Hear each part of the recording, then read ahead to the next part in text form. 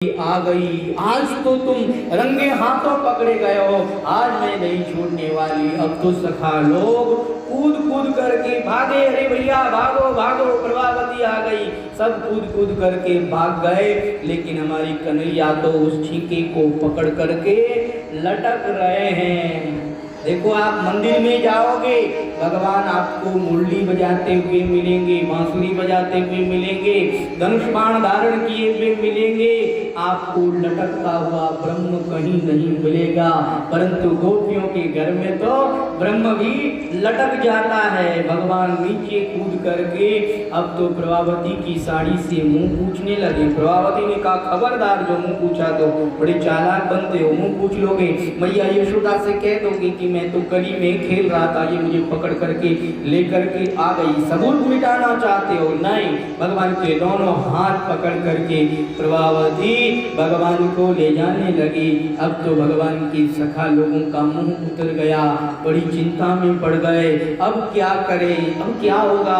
आज तो हमारे अध्यक्ष महोदय ही पकड़े गए, अब क्या किया जाए? बहुत सारे उपाय किए, लेकिन प्रभावती बड़ी चालाक है, एक भी उपाय को सफल नहीं होने देती है। तब हमारे कन्हैया ही एक उपाय सोचते हैं। उसका देवर साथ में ही चल रहा था, उसे पास में बुलाया और प्रभावती से कहा कि तूने मेरा ये हाथ इतना कस करके पकड़ के रखा है कि मेरा ये हाथ लाल हो गया है, जरा मेरा दूसरा हाथ पकड़ोगी?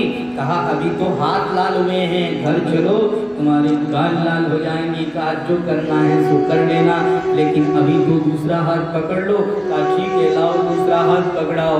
अब कन्हैया ने दूसरे हाथ के रूप में उसके देवर का उसके हाथ में हाथ पकड़ा दिया। स्वयं शॉर्टकट रास्ते से भैया यशोदा के पास में पहुंच गए। गोद में बैठ करके कहते हैं, ए भैया तू किसकी है? भैया कहती है, मैं तो अपने लाला की हूँ और मेरा लाला ही मेरा अपना है। ऐसे कहते हुए मैया यशोदा कान्हा को छाती से लगा लेती है। प्रभावती आती है, चिल्लाती है, अरे यशोदा बाहर आओ और देखो कि आज मैं तुम्हारे लाला को रंगे हाथों पकड़ करके लाई हूँ। यशोदा रानी मुस्कुराने लगी, कन्हैया ये प्रभावती कहीं पागल तो नहीं हो गई है? कैसी बातें कर रही है? तुम मेरी गोद में बैठे हो और ये कहती है रंगे हाथों पकड़ करके लाई हूँ। चलो बाहर चलते हैं, देखते हैं ये प्रभावती किसको पकड़ करके लाई है। कन्हैया मैया के साथ में बाहर आए और मैया यशोदा कहती है, ए प्रभावती क्या कह रही है? कहा, तेरा लाला मेरे घर पर माखन की चोरी करने आया, ये देखो मैं रंगे हाथों पकड़ करके लाई हूँ। अच्छा प्रभावती, बहुत अच्छी बात है, लेकिन जरा अपना घूंघट खोलो और देखो कि तुम किसे अपने साथ लाई हो।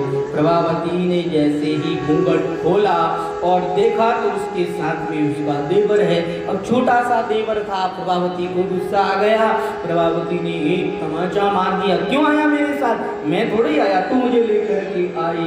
अब तो प्रभावती को बड़ी शर्म आ रही है, प्रभावती कुछ बोल नहीं पा रही है। मैया यशोदा कहती है कि देख प्रभावती, तुझसे गलती हो गई, गलतफहमी हो गई, तूने अपने देवर को मेरा लाला समझ लिया। देख गलती सबसे होती है, लेकिन एक बार ही होनी चाहिए, बार बार नहीं होनी चाहिए। अब जाओ, चली जाओ। प्रभावती वहाँ से निकल गई। इधर हमारी कन्हैया मैया से कहते हैं कि मैया मैं खेल करके आता हूँ। अरे कन्हैया भोजन का समय हो रहा है। कहा, मैया भोजन के समय में वापस लौट करके आ जाऊंगा। हमारे कन्हैया मित्रों के साथ प्रभावती के आगे आकर के खड़े हो जाते हैं और कहते हैं, प्रभावती कह रही थी ना सबक सिखाऊंगी, सिखा दिया सबक। अब तो प्रभावती को बड़ा गुस्सा आया, क्रोध आया और कान्हा के पीछे पीछे भागी, लेकिन कान्हा तो बहुत दूर भाग गए। और हमारे कान्हा क्या कहने लगे, प्रभावती कान खोल करके सुन ले, आज तो तूने मेरी शिकायत करी और मैंने तेरे देवर का तेरे हाथ में हाथ पकड़ा दिया। अगर तू इसी तरह से शिकायत करती रही तो तेरे कसम का तेरे हाथ में हाथ पकड़ा दूंगा, मेरे से सावधान रहना। प्रभावती ने तो लंबे लंबे हाथ जोड़े और प्रभावती अपने घर पर चले गए। भगवान श्री कृष्ण इस तरह से माखन की चोरी करते हैं और गोपियों को आनंदित करते हैं। भगवान माखन को नहीं, भगवान गोपियों के चित्त को चुराते हैं। माखन चुराना ये तो एक बहाना है। माखन के माध्यम से भगवान गोपियों के चित्त को चुराते हैं, क्योंकि ये गोपियाँ बड़े भाव से, बड़े प्रेम से भगवान को पुकारती रहती है और भगवान से ये कहती रहती है कि हे भगवान, आप मेरे घर पर पधारो। जो गोपी भाव से भगवान को पुकारती है, भगवान उसी के घर पर जाते हैं। बिना भाव के भगवान कहीं नहीं जाते हैं। गोपियों का बड़ा श्रेष्ठ भाव है। गोपियों के समान इस संसार में आपको किसी का भी भाव नहीं मिलेगा।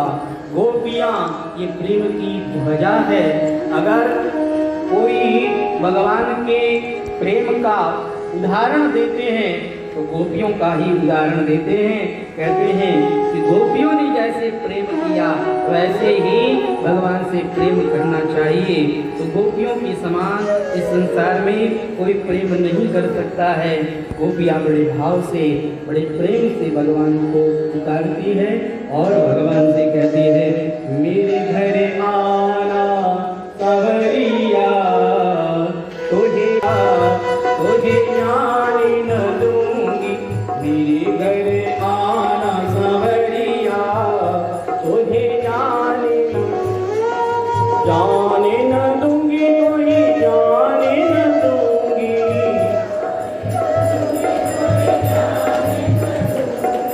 रखूंगी सारी उमरिया, तुझे जाने न दूंगी।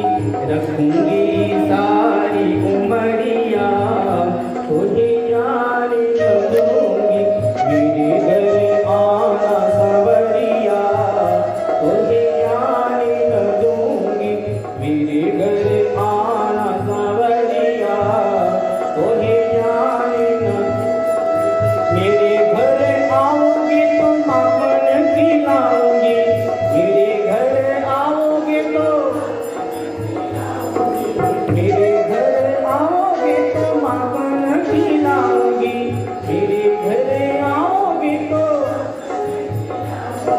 माखन खिलाऊंगी, मैं मिश्री खिलाऊंगी।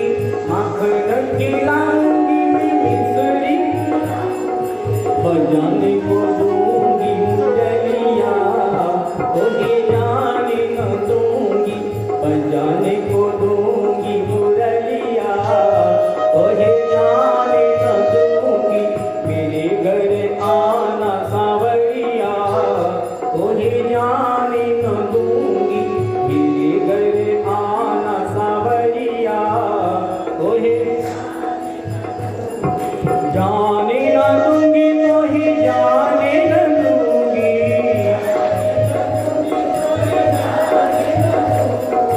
रखूंगी सारी उमरिया, तुझे जाने न दूंगी। रखूंगी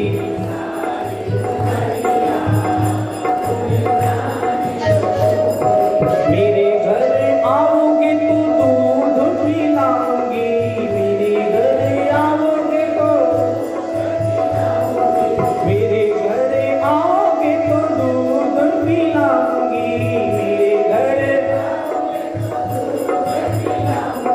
दूध पिलाऊंगी, मैं भोग लगाऊंगी। दूध पिलाऊंगी, दाल की दूंगी मिसरिया, तुझे जाने न दूंगी। दाल की दूंगी मिसरिया, तुझे जाने न दूंगी। मेरे घर आना सावरिया, तुझे जाने न दूंगी। आपको अपने घर में भगवान को बुलाना है, ताली बजा के बिताइए, ऐसे थोड़ी भगवान आएंगे।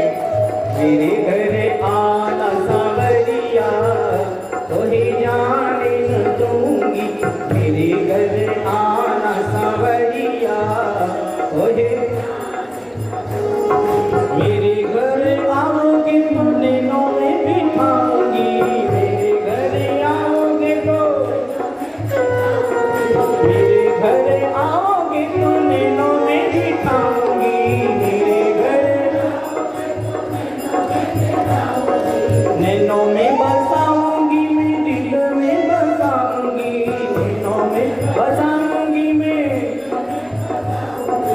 बंद कर लूंगी पुतलिया तो ही जाने न दूंगी, बंद कर लूंगी पुतलिया तो ही जाने न दूंगी, मेरे घर आना सावरिया तो ही जाने न दूंगी, मेरे घर आना सावरिया तो ही जाने न दूंगी, तो ही जाने न दूंगी, जाने न दूंगी, रखूंगी सारी उमरिया तो ही जाने न दूंगी, रखूंगी सारी उमरिया तो ही जाने न। मेरे घर आओगे तो झूला झूलाऊंगी, मेरे घर आओगे तो, मेरे घर आओगे तो झूला झूलाऊंगी, मेरे घर झूला झूलाऊंगी, मैं तुमको रिझाऊंगी, झूला लूटा है दिल को सावरिया तो ही जाने न दूंगी, लूटा है दिल को सावरिया तो ही जाने न दूंगी, मेरे घर आना सावरिया तो ही जाने न दूंगी, मेरे घर आना सावरिया तो ही जाने न दूंगी, जाने न दूंगी तो जाने न दूंगी, जाने न दूंगी तो है रखूंगी ही सारी उमरिया तो ही जाने न दूंगी, रखूंगी ही सारी उमरिया तो ही। मेरे घर आओगी तो सखियों को बुलाऊंगी, मेरे घर, मेरे घर आओगे तो सखियों को बुलाऊंगी,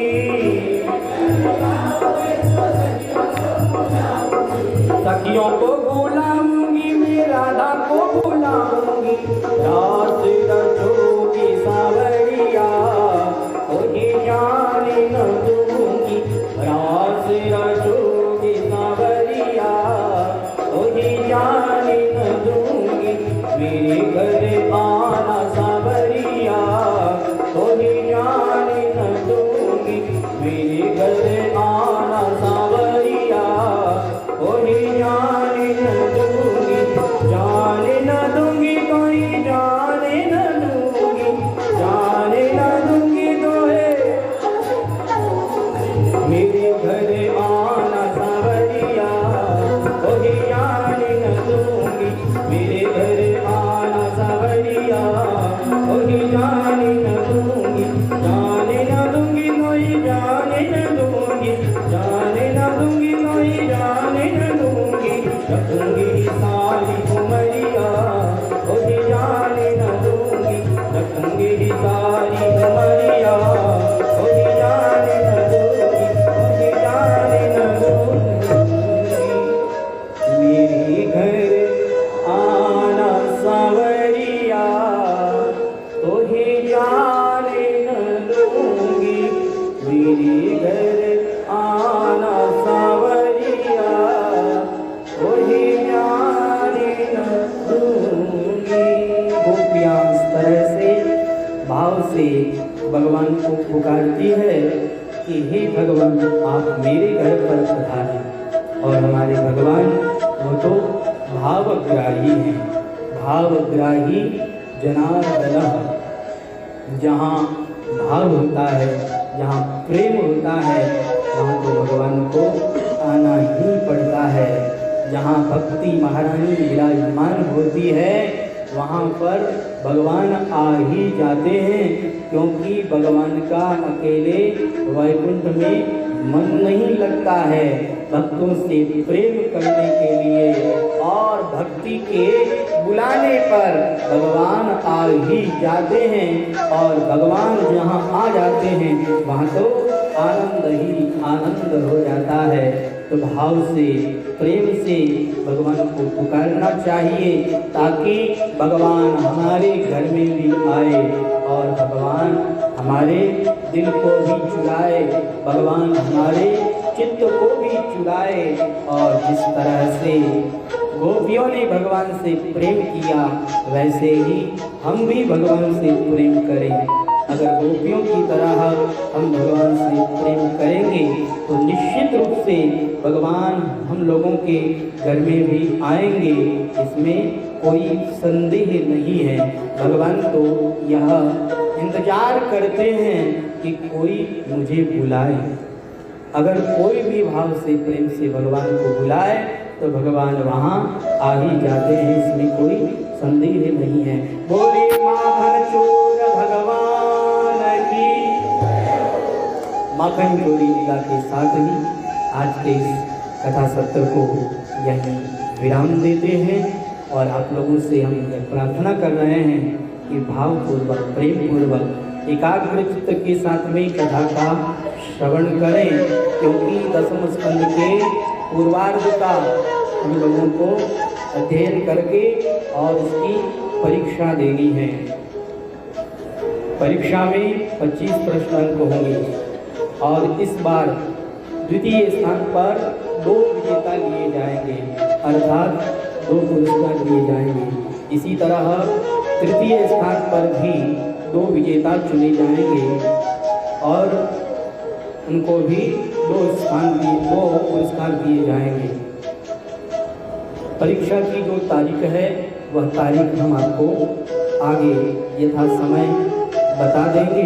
बस आप लोगों से प्रार्थना है, जो भी परीक्षा में बैठना चाहे वह भागवत को अच्छी तरह से पढ़े और कथा को अच्छी तरह से श्रवण करें, और जिन जिनका मन है परीक्षा में बैठने का वो अपना नाम हमारे समिति के जो सदस्य हैं उनको आप लिखा देवें और परीक्षा में जरूर बैठें, अपने जीवन को जरूर धन्य बना लें। इस चिंता की आने की जो टिकट थी वो आज बन गई है, कुछ टिकटें और बाकी है वो भी बन जाएगी। जिस किसी का भी मन हो चलने का जल्दी से जल्दी अपना नाम दे देवे, क्योंकि अब नाम ज़्यादा हो चुके हैं, 240 नाम तो हो चुके हैं। फिर हम नाम लेना बंद कर देंगे, फिर हमें आप बुलाना मत देना कि महाराज माने थे ले जाओ को नहीं। मैं तो रोज़ आप लोगों ने कहा कि चालो चालो, श्री हनुमान जी महाराज री जन्मभूमि है, सबरी मैया री तपस्थली है और सुग्रीव वाली री गुफा है, भगवान श्री राम चातुर्मास सत्संग करियो है, बड़ा सुंदर सुंदर स्थान है। तो जो भी चलना चाहे वो जल्दी से जल्दी आवेदन कर देवे। अब आज की कथा सत्र को यहाँ विराम देते हैं। पुखराज जी शर्मा आपको कुछ कहना चाह रहे हैं, आप ध्यानपूर्वक श्रवण करें। माइक दो, कहीं नाम कहीं